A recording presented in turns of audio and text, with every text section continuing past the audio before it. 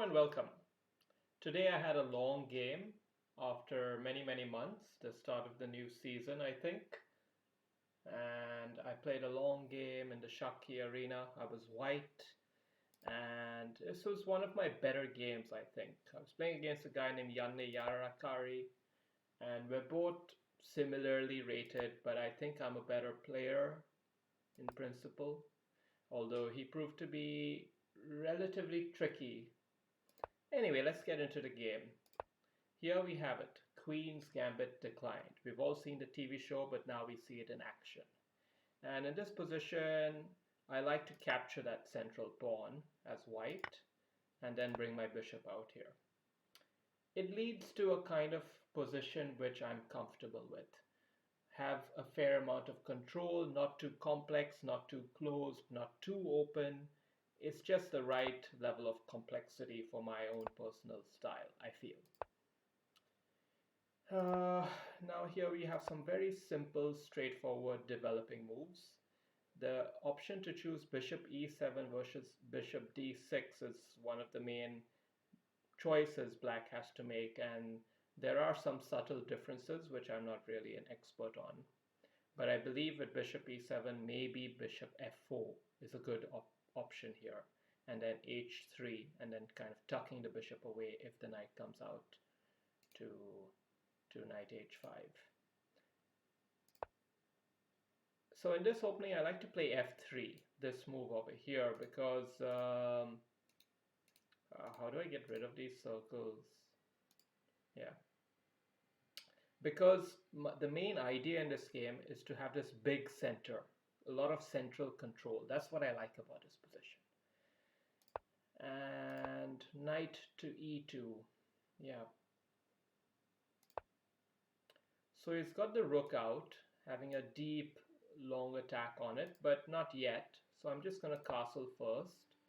He gets his knight out in the way. Now I don't want his knight to come here and then he attacks the bishop, because then my bishop won't have a good square to go. So because I'm anticipating that, I'm just going to move the bishop back already, preparing to bring it here. This really robust square where it's really defending the central pawn chain. And here's when he plays a kind of ambitious move, I feel, knight to h5. I think if he wanted to do this, he should have maybe done it a little bit earlier in the position. But now that he plays it here, well, computer suggests that I should take the bishop, but I think bishop to f2 is just as good, if not better. It fits in line with my general idea. So now when he moves the bishop to d6, this is the time when you want to break the pawn. It's no good having a good position if you're not able to unleash the pawn break at the opportune moment. You have to unleash the pawn break. And so I do that here. And he exchanges. And now he gets a bit wild.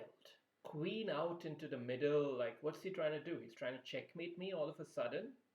He can't checkmate me. I'm outplaying him in the opening here. So this is definitely a bit of a preposterous move, I feel. And it must be punished. So first I just deflect that bishop away, get the knight in the game, harass the queen.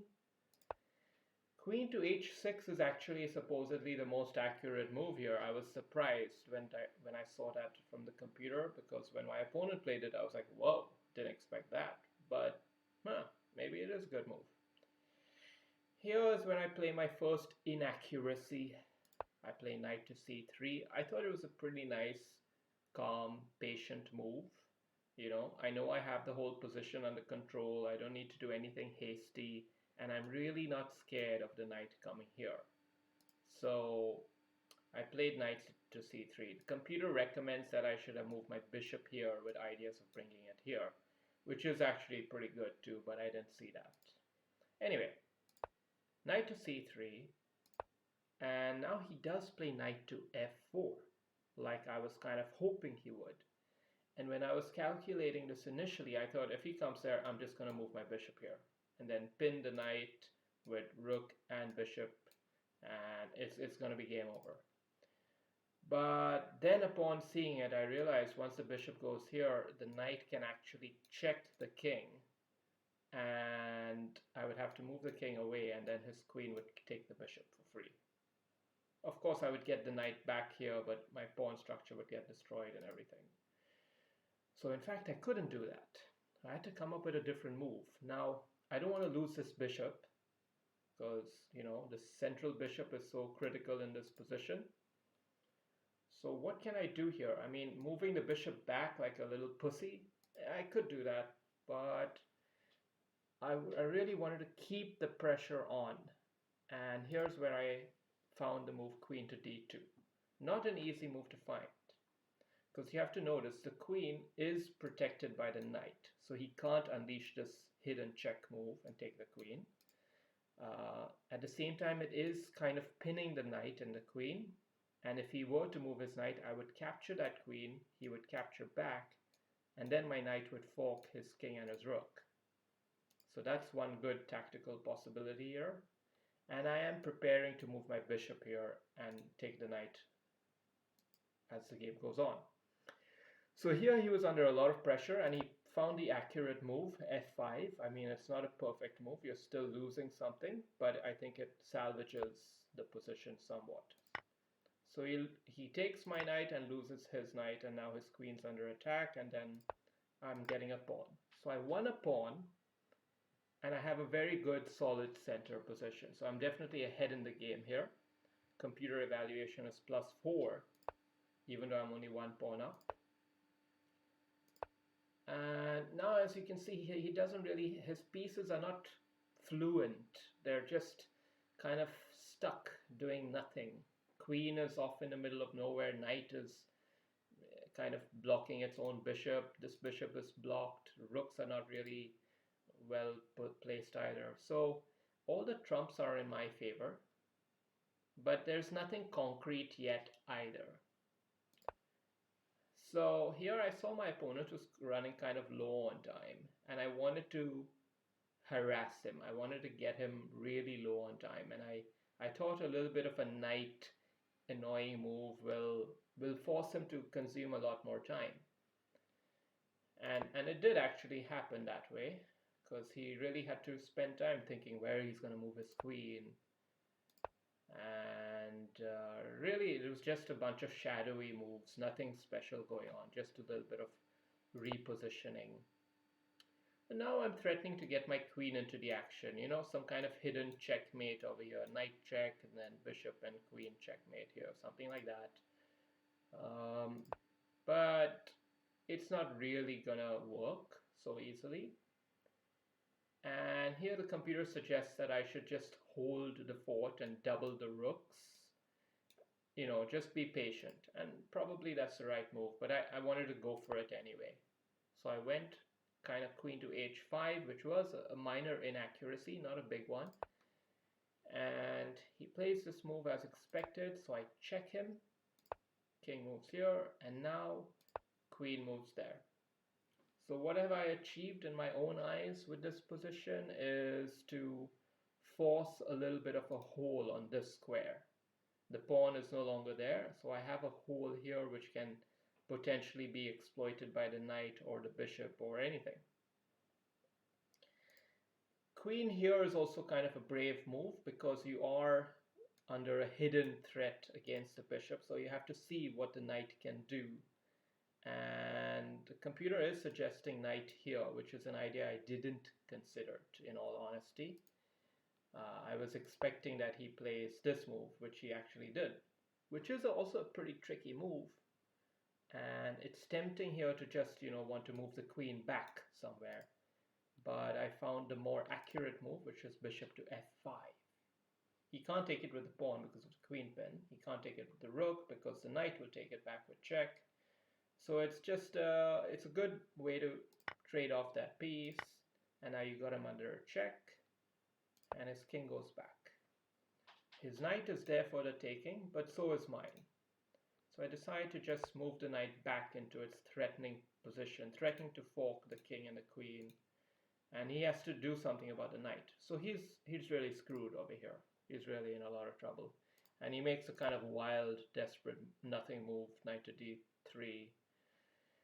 And here's where maybe I got a little bit too cute for my own good, but I think it was with a good idea. Bishop to g5.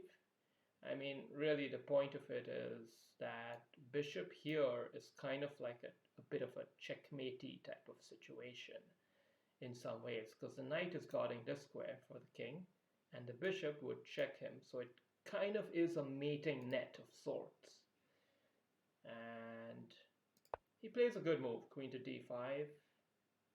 And over here, I mean, I was also starting to run a little bit low on time. My opponent had less than a minute left, so he had really very little time, and I just didn't want to blunder it here, so I kind of just cashed in on the advantage, so to speak, by forcing the trade of the bishop and the rook. So I'm clearly up now, but he does have resources. He is going to get this pawn and that pawn too, so it's not so straightforward yet. Anyway, I don't panic. I let him do what he's going to do, and I just move my king away. And here he comes back with the knight. So the queens are left on the board. And here's where I felt like I should continue to spice things up a little bit. So I got my queen into a kind of more attacking position here, threatening to do something. I wasn't quite sure what, but it felt like something might come out of it. And then he plays the mistake, rook to d8. I'm not sure what he could have done anyway, but here there's a forced checkmate. If I go rook here, it's a check, rook takes, the other rook comes in, check, king goes up here, and then knight check, forcing him to maybe take the rook, after which queen check defended by the knight, king goes back here, and then queen checkmate there. So there is a kind of checkmate over here, and I sensed there might be something, but I didn't quite have enough time to make sure I had it calculated. So I kind of just went for the easy win, which is queen takes the knight. Queen takes the knight is the easy win, because if the queen takes back, knight comes here with check and wins back the queen. So I win a piece, which basically means I win the game. He saw that, and I guess he kind of panicked here. He had hardly any seconds left on the clock, so he did a bit of a nothing move, and then I just checkmated him. Double checkmate. So that was the game. Hope you enjoyed it. Subscribe and like and follow for more, etc., etc., etc.